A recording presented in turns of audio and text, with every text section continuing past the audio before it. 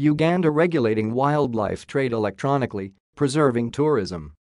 The Uganda Ministry of Tourism, Wildlife and Antiquities has today, July 29, 2021, launched the first electronic permitting system to regulate trade in wildlife as well as wildlife products in the country.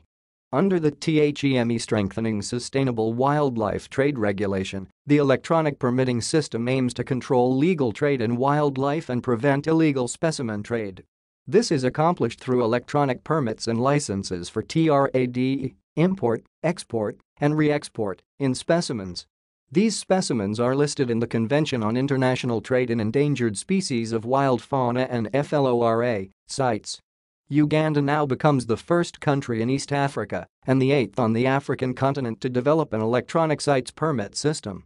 The development of the electronic permitting system has been funded by the American people under the United States Agency for International Development and USAID, Uganda Combating Wildlife CRIME, CWC, program through the Wildlife Conservation Society WCS, in collaboration with the Ministry of Tourism, Wildlife and Antiquities.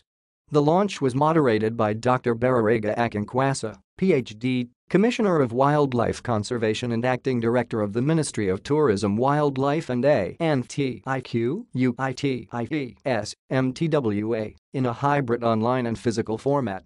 In attendance were the Minister of Tourism, Wildlife and Antiquities, Honorable Tom Budum, who presided over the launch, his permanent secretary, Doreen Katusium, United States Ambassador to Uganda, Ambassador Natalie E. Brown, and head of the European delegation in Uganda, Ambassador Attilio Pacifici.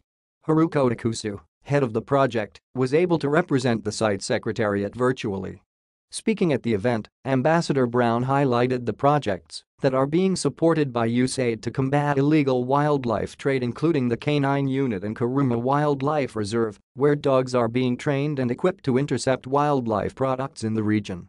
Ambassador Pacifici decried the destruction of forest, including Bugoma to commercial sugar growing by Hoima Sugar Limited and Zoka Forest to loggers, that the EU delegation had visited in November 2020 and documented the destruction through satellite images. Bugoma Forest is a habitat to the endemic Uganda mangabe, and the Zoka Forest is an endemic habitat to the flying squirrel. Both forests have been at the center of a sustained campaigns against cartels of land grabbers and corrupt elements in high offices.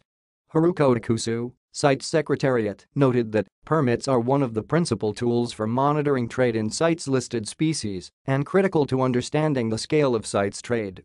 The Uganda system seeks to secure each step of the chain of custody. Dr. Bararega gave a background on sites and Uganda's subsequent signing, including an interpretation of Appendices I, II and III to the convention listing species of 4 different levels or types of protection from overexploitation. He said, as the Sites Management Authority, Uganda's Ministry of Tourism, Wildlife and Antiquities is mandated to ensure that trade in sites listed and other wildlife species is sustainable and legal. This is done among other means through the issuance of sites permits on recommendation of the Uganda Wildlife Authority for Wild Animals, the Ministry of Agriculture, Animal Industry and Fisheries for ornamental fish, and the Ministry of Water and Environment for plants of wild origin. It is the site's scientific authority's responsibility to ensure that trade, in particular animal or plant species, is not detrimental to their survival of the species in the wild. Until now, Uganda, like many other countries, has been using a paper-based system of certification and permit issuance, which can be prone to forgeries, takes more time to process and verify, and in the advent of COVID-19, movement of documents may be a risk for disease transmission. With the electronic system, various sites' focal points and law enforcement agencies can instantly verify a permit and share real-time information on wildlife trade. This will prevent illegal wildlife trade that threatens populations of some of the most iconic wildlife species like elephants, thereby undermining Uganda's tourism revenue and national security. Joward Baluku, wildlife officer at the Ministry of Tourism, Wildlife and Antiquities, demonstrated the system online, showing how one simply has to log in their credentials through a link on the Ministry of Tourism, Wildlife and Antiquities website, which takes the applicant through a registration process before they are validated and certified. The United States Agency for International Development and USAID, Uganda Combating Wildlife CRIME, CWC, is a 5-year ACTIVITY, May 13, 2020 May 12, 2025, implemented by the Wildlife Conservation Society WCS, together with a consortium of partners including the African Wildlife FOUNDATIO and OFF, Natural Resource Conservation NETWORK, and RCN, and the Royal United Services INSTITUT, RUSI.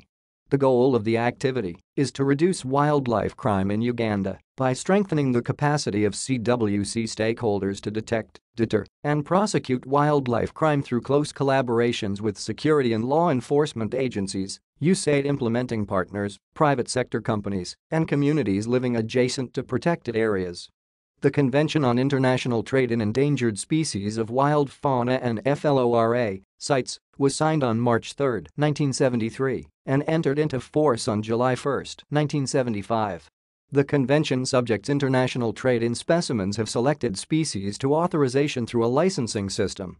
Uganda, a party to the convention since October 16, 1991, has designated the Ministry of Tourism, Wildlife, and Antiquities as the CITES Management Authority to administer the licensing system and coordinate CITES implementation in Uganda.